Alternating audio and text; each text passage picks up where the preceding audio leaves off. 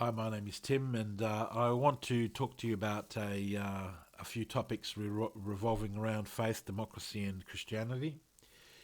It's an issue that has come up because of the recent media coverage on revivals of Christianity and what the king has said about Christianity and Islam and things like that.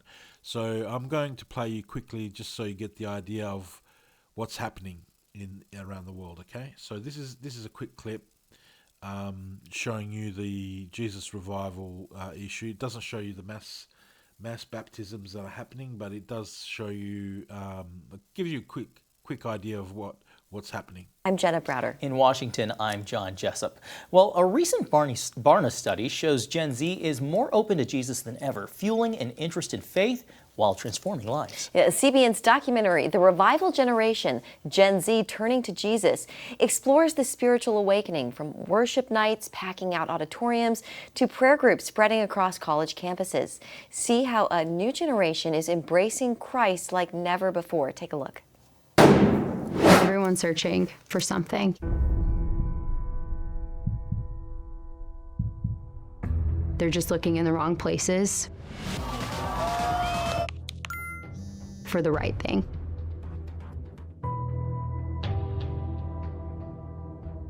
I've struggled in all the ways they're struggling. I've drank from the broken cisterns that they're drinking from. They've had everything the world has to offer, and they're done with it.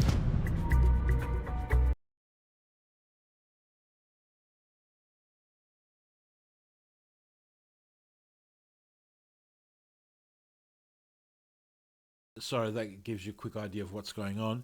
And there's a lot of mass baptisms going on around the world at the moment.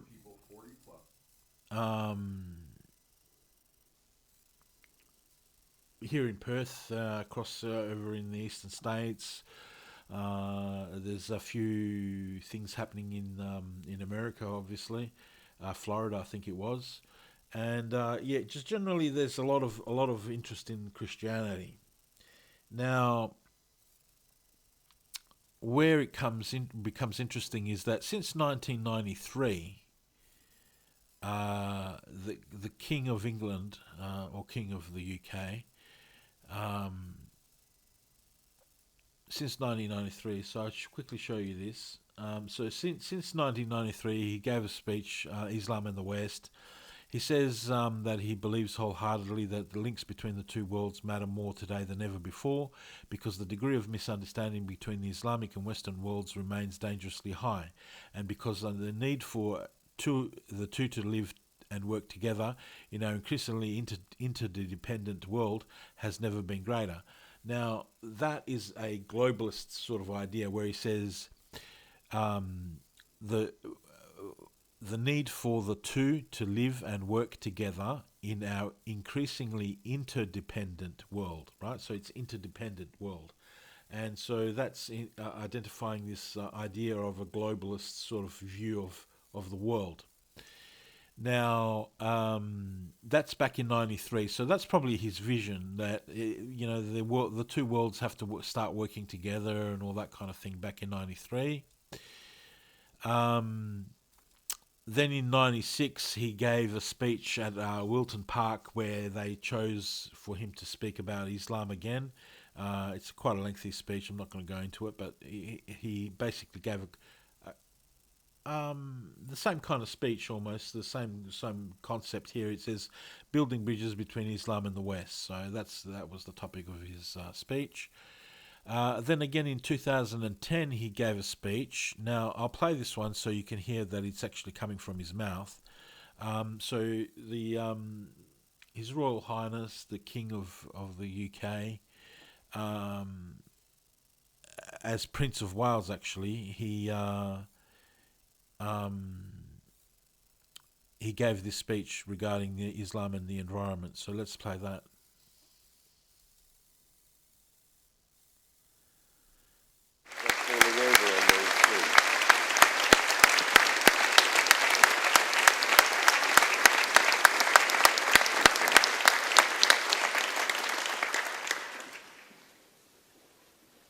Vice-Chancellor, Your Royal Highnesses, Director, Ladies and gentlemen, it is a very great pleasure for me to be here today to help you celebrate the Oxford Centre's 25th anniversary. Whereas bits of your patron are dropping off after the past quarter of a century, I find quite a few bits of the centre still being added. However, I cannot tell you how encouraged I am that in addition to the Prince of Wales Fellowship, the number of fellowships you now offer continues to grow, and also that this summer you will welcome the 5th group of young people on your Young Muslim Leadership Programme, which is run in association with my charities. This is a vital contribution to the process of boosting the self-esteem of young Muslims, about whom I care deeply. It has been a great concern of mine to affirm and encourage those groups and faith communities that are in the minority in this country. Indeed, over the last 25 years, I have tried to find as many ways as possible to help integrate them into British society and to build good relationships between our faith communities.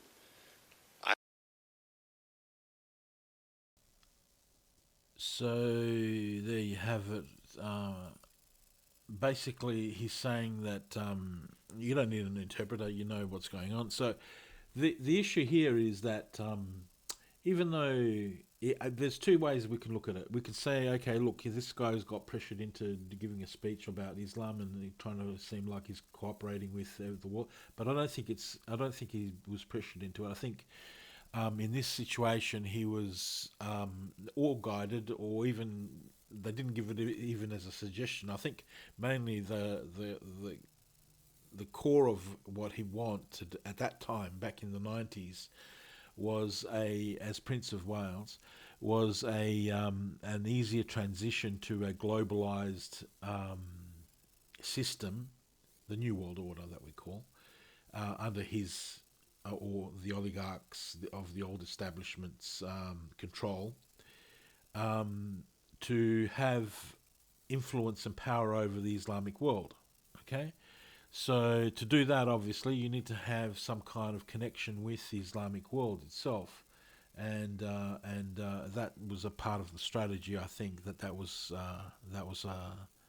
playing a role towards them achieving. So they come up with the idea. Okay, let's integrate as many Muslims as we can.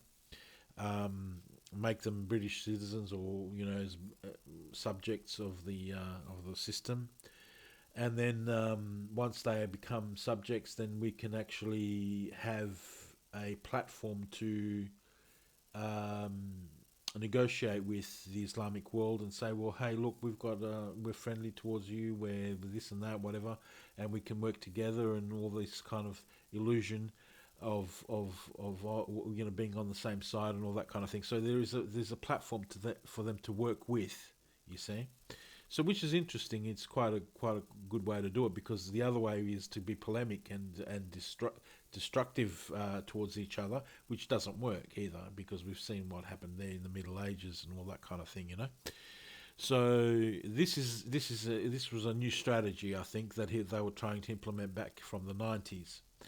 Now, where it becomes important in our day and time is that there was a speech given in 26. I'm not sure which one. I think this one here goes through it, but I'm not going to play it because I don't want to add fuel to any fires or anything like that. This one's from CBN News, and it says, King Charles skips Easter message but honours Ramadan. So that's the title down here that's highlighted for you. The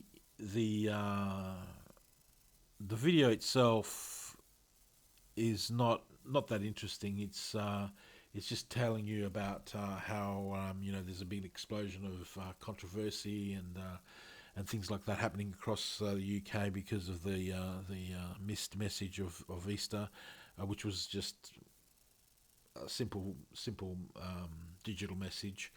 rather than a speech or something that's more traditionally delivered on Easter.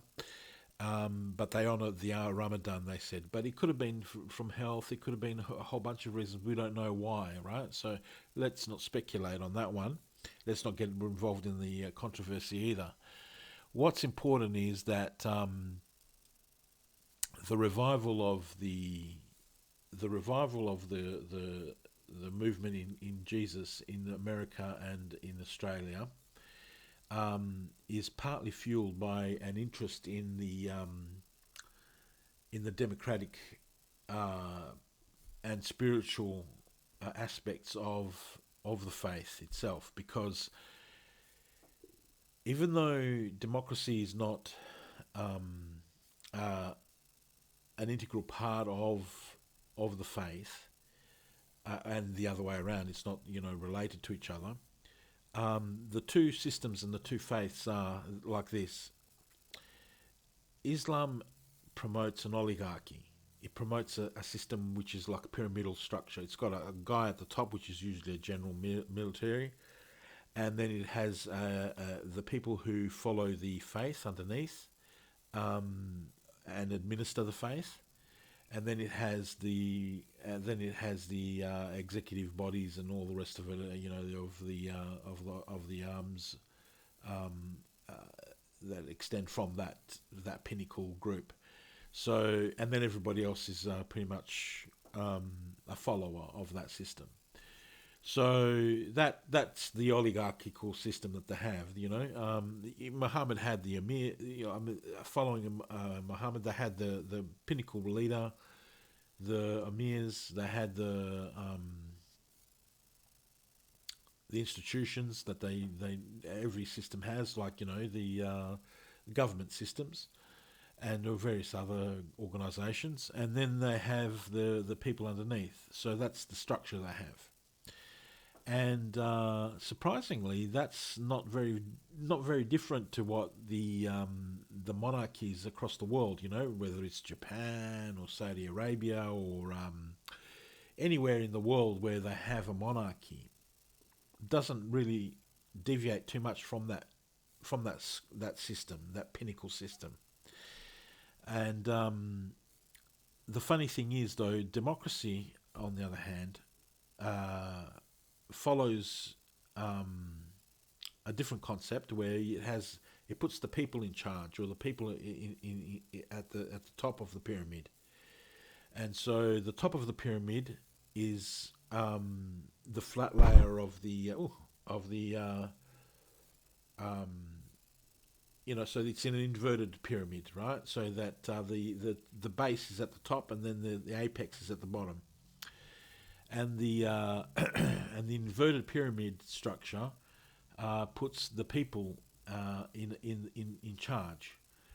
So that's the democratic system. How it's tied in with Christianity is quite complex, because it doesn't have a direct reference to democracy in the actual spirituality of the Bible itself, right? But in the stories that are presented in it, and in the way things had occurred within that time frame, all aspects of democracy are described in the Bible. And not only that, the reason they put to death or tried to martyr everybody who spoke the truth of what Jesus was talking about, his apostles and himself, were the reason they did it was because they feared them. They feared what they had to say. It wasn't just because they just wanted to kill someone. It's because they feared what they had to say. They were scared. And why were they scared? Because they opposed the hierarchs, the people that were in charge in a system of pyramidal structure. They opposed that system, and Jesus actually led to his crucifixion. It led to his crucifixion because of that, right?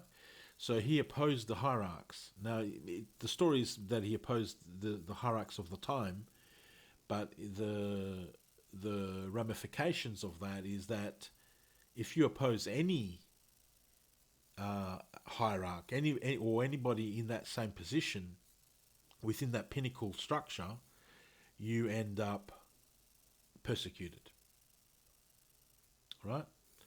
So it didn't have to be only, and it depends on why, obviously. Like, this was because they were speaking the truth, and that's why they said, okay, well, you're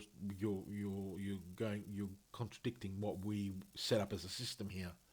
You can't have people believing what you're believing now.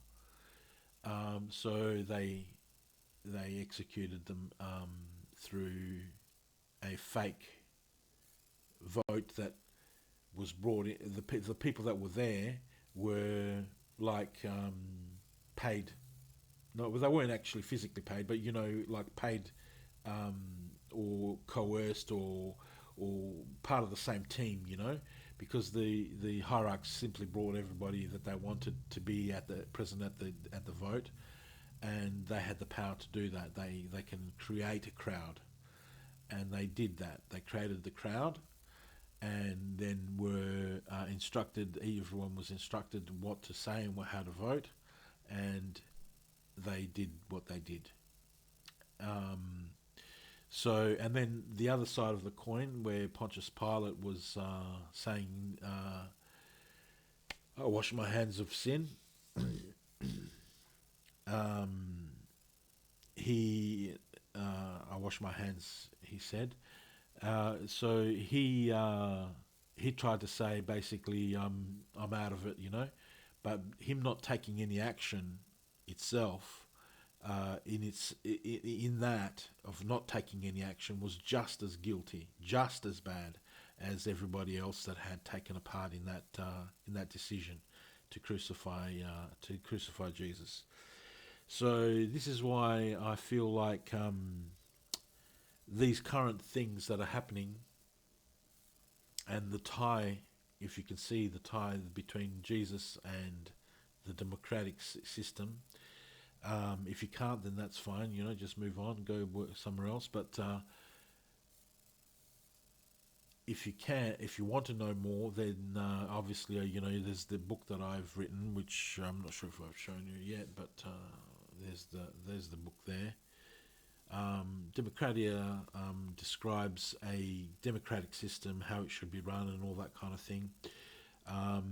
It evades giving the idea that this is what we should implement now today, for safety reasons.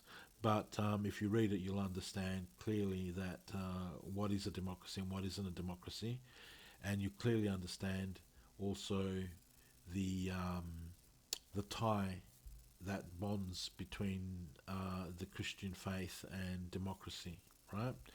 Now, you might be saying, well, democracy's failed us here and there and whatever else. There's lots of things you can say. That's why I said it's not it's not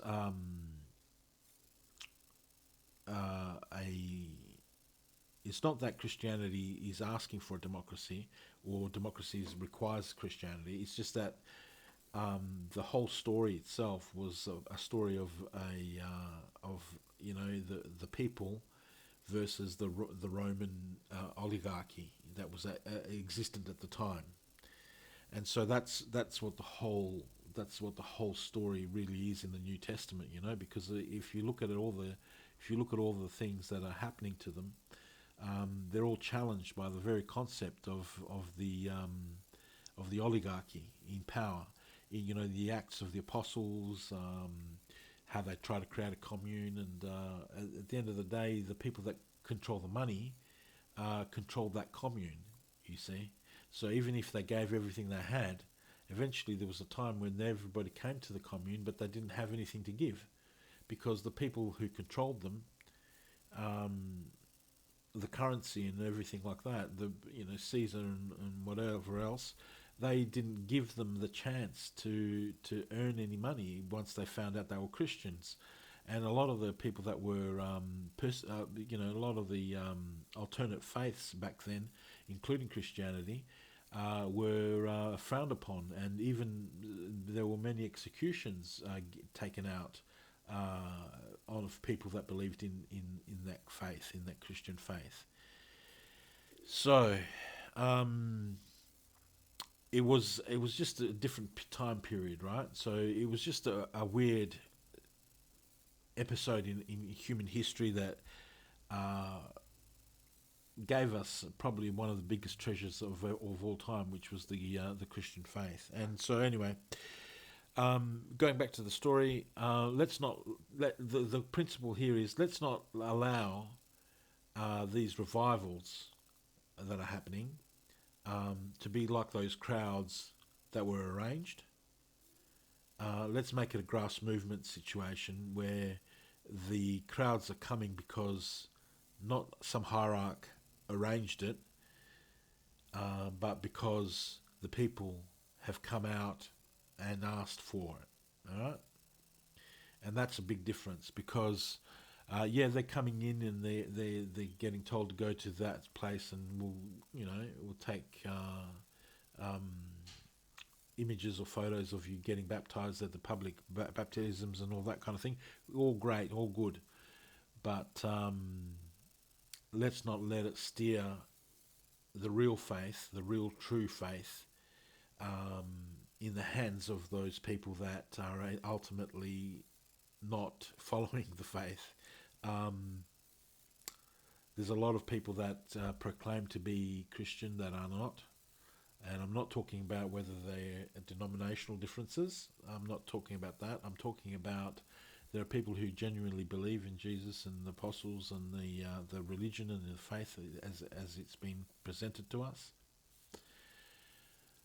And there are people who pretend that they believe that and do things that contradict the faith.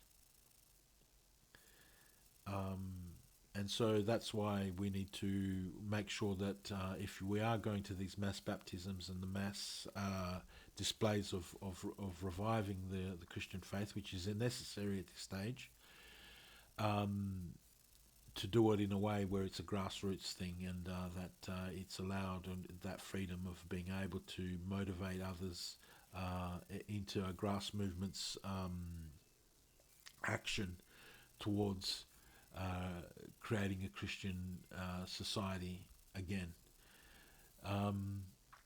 So that's the end of what I had to say today, and I hope it resonates with some of you. Not sure how many people will see this, because from the statistics I've got of my latest videos, one or two people get to see them over a couple of years. So, oh well, see you later.